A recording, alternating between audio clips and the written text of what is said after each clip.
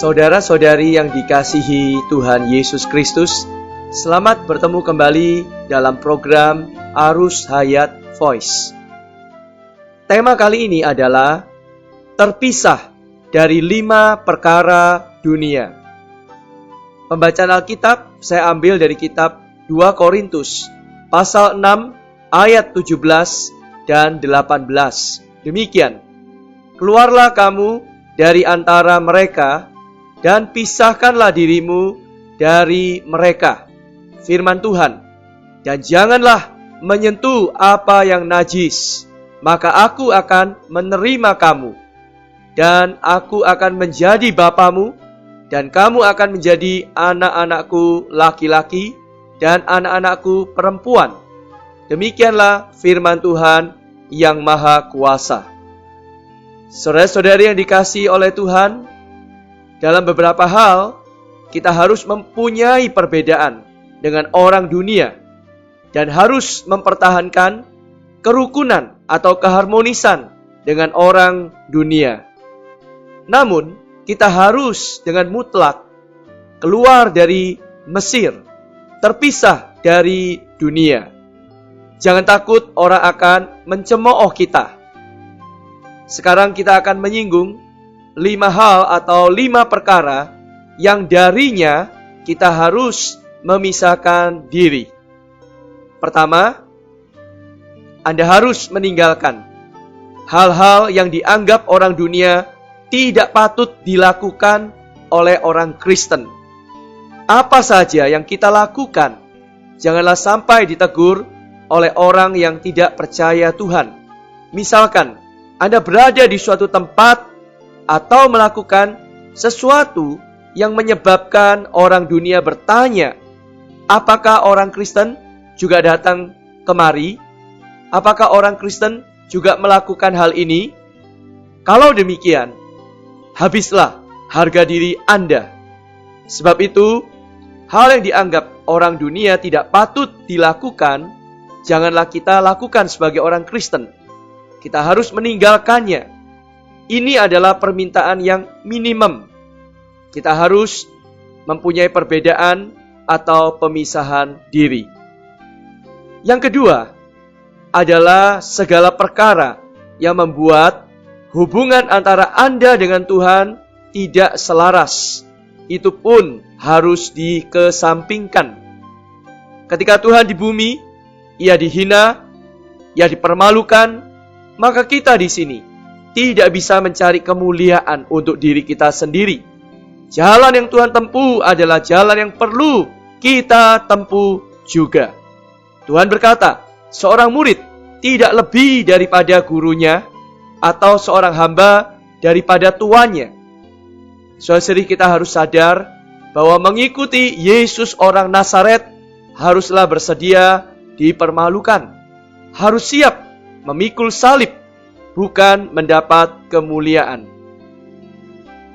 Perkara yang ketiga adalah segala hal yang membuat kerohanian Anda atau hayat rohani Anda menjadi padam di hadapan Tuhan. Itulah dunia. Jika ada satu hal bisa membuat Anda tidak bergairah berdoa di hadapan Allah, ada satu hal yang tidak senang membuat Anda membaca firman Allah, membuat Anda tidak dapat membuka mulut untuk bersaksi di hadapan orang, atau ada satu perkara membuat Anda bersekatan dengan Tuhan, sehingga Anda perlu mengaku dosa, itulah dunia. Dunia adalah suatu suasana, dan suasana itu menyebabkan hati kita yang mengasihi, hati yang memikirkan Tuhan, menjadi dingin, menjadi tawar, dan mundur. Keempat, segala pergaulan dalam masyarakat, pertemanan, atau pesta pora yang bisa membuat kita menaruh pelita kita di bawah gantang dan tidak dapat menyatakan bahwa Anda adalah orang Kristen, itulah dunia. Akhirnya, karena tidak dapat membedakan dengan jelas, kita sedikit demi sedikit terseret ke dalam dunia. Mazmur pasal 1 mengatakan, tidak berdiri di jalan orang berdosa, dan tidak duduk dalam kumpulan pencemooh. Dosa dan pencemooh itu dapat menular. Karena itu, jika Anda duduk dengan orang-orang berdosa dan pencemooh, cepat atau lambat Anda pasti tertular olehnya. Yang kelima, apa saja yang Anda lakukan, saudara-saudari, jika itu menyebabkan jatuhnya orang yang lemah hati nuraninya, itu pun dunia. Paulus mengatakan, segala sesuatu halal bagiku, tetapi bukan semuanya berguna. Segala sesuatu halal, tetapi hal yang orang dunia anggap tidak seharusnya Anda lakukan, janganlah Anda lakukan demi faedah mereka. Sebagai contoh, Paulus berkata, kalau makan daging itu menjadi batu sandungan bagi saudaraku, aku selamanya tidak akan makan daging lagi.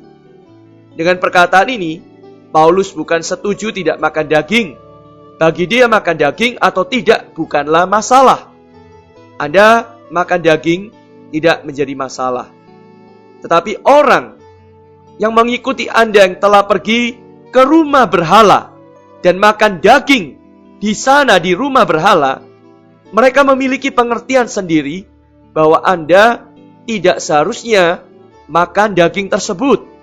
Karenanya, saudara-saudari, kita harus mengetahui banyak perkara yang meskipun tidak benar-benar berhubungan dengan dunia, tetapi karena orang lain menganggap itu dunia, kita harus berhati-hati. 2 Korintus pasal 6 ayat 17 mengatakan, jika kita keluar dari antara kumpulan orang dunia, tidak menyentuh barang-barang mereka yang najis, maka Allah akan menerima kita dan menjadi Bapa kita. Oh, haleluya. Ingatlah, orang yang merasa dirinya diterima oleh Tuhan adalah orang yang telah memisahkan diri dari dunia.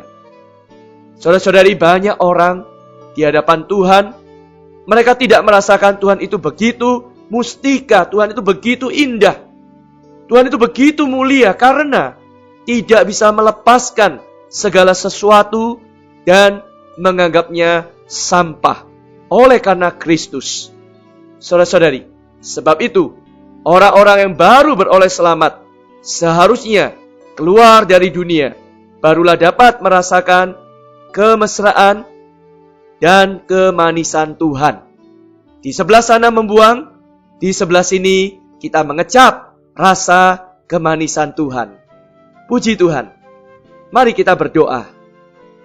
Tuhan Yesus, mohon kasih karunia-Mu agar kami ada kekuatan untuk memisahkan diri dari segala hal yang dianggap orang dunia tidak seharusnya kami lakukan, dari segala hal yang membuat kami bersekatan dengan Engkau, dari segala hal atau perkara yang membuat kerohanian kami menjadi padam, menjadi tawar, menjadi mundur, yang membuat kami kehilangan kesaksian kami sebagai orang Kristen, dan dari segala hal yang membuat orang lemah hati nuraninya, orang lemah imannya tersandung karena sikap kami.